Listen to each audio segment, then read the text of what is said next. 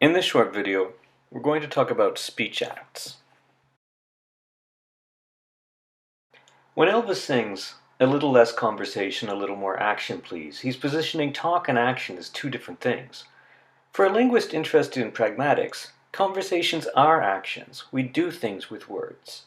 Take, for example, the sentence, "I now pronounce you man and wife." These are just words, but when spoken by the right person under the right conditions, they perform the act of marrying two people. Cutting describes speech acts as the actions performed in saying something. Speech act can be analyzed at three levels. The first level is called the locutionary act. This refers to what is actually said, the words uttered, the pronunciation and the morphemes and the syntax. Linguists studying pragmatics are not very interested in this level of analysis. The second level of analysis is the illocutionary force.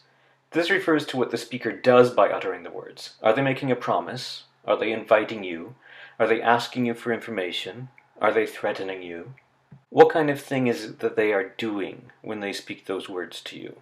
The final level of analysis is that of the perlocutionary effect. This refers to the result of the words. This level often exists outside of language. What type of effect did the speech act have? If the speech act was to ask someone to close a window, did they? If it was to threaten them, did they feel threatened? Or maybe it caused them to do something unexpected entirely. To illustrate what is meant by these levels of analysis, I'm going to use a dialogue from the second episode of the Game of Thrones. Now don't worry if you're not a Game of Thrones fan, you don't have to be to understand the example. Take a minute and read the dialogue over, and then afterwards I'm going to discuss examples of speech acts within this dialogue.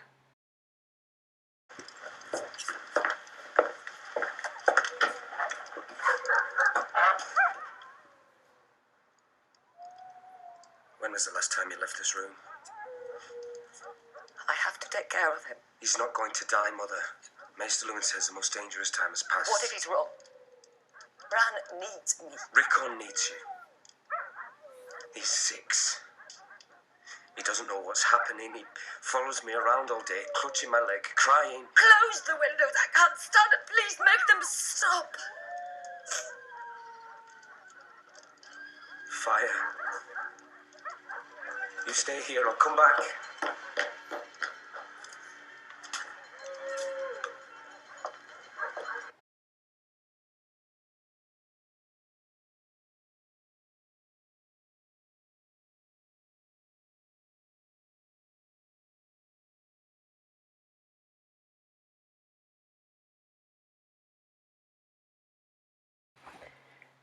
In this dialogue we have a number of speech acts. One of the more obvious ones are Catelyn's requests, "Close the window," and "Make them stop," and Robb's command, "You stay here," and his promise, "I'll come back."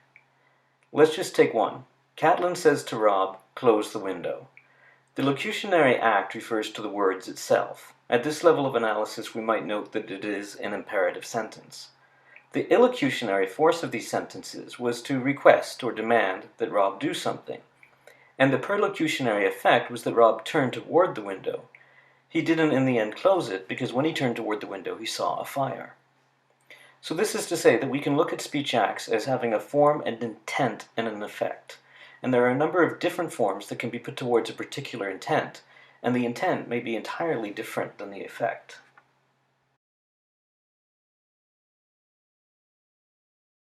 For a speech act to be made appropriately and performed successfully, certain Felicity conditions must be met.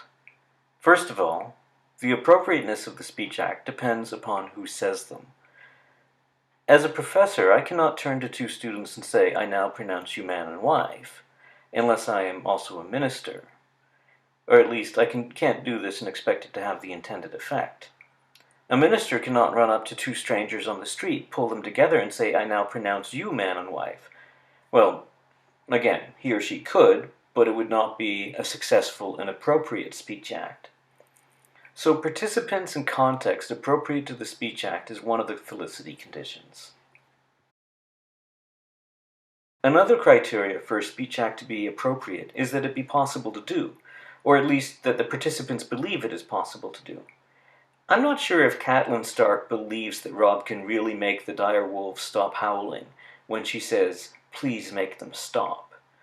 Was her speech act to give a command that Robb might not be able to accomplish, or was it rather to complain about the noise?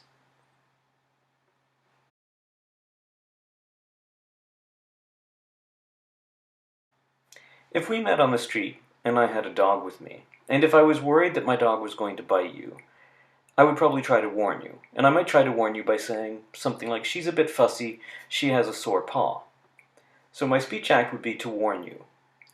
You might not understand my meaning and immediately kneel down and look at the dog's paw, thereby increasing your risk of getting bitten. My warning was not very successful. There needs to be mutual understanding. There also needs to be sincere intent. You have to mean it. If I said, "No, please, no more, I couldn't eat another bite," but I was really hoping that you would give me some food, my speech act would not be one of refusing food.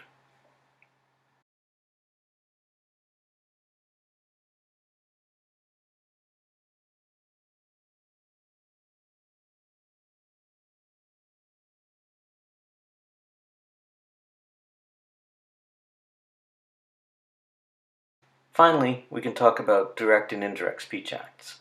A speaker using a direct speech act wants to communicate the literal meaning that the words conventionally express. So when Catelyn says, "Close the window," she's using a direct speech act. Someone using an indirect speech act wants to communicate a different meaning from the surface meaning. If Catelyn had said, "It's cold in here," but her intention was that Robb should close the window, she was using an indirect speech act to accomplish that.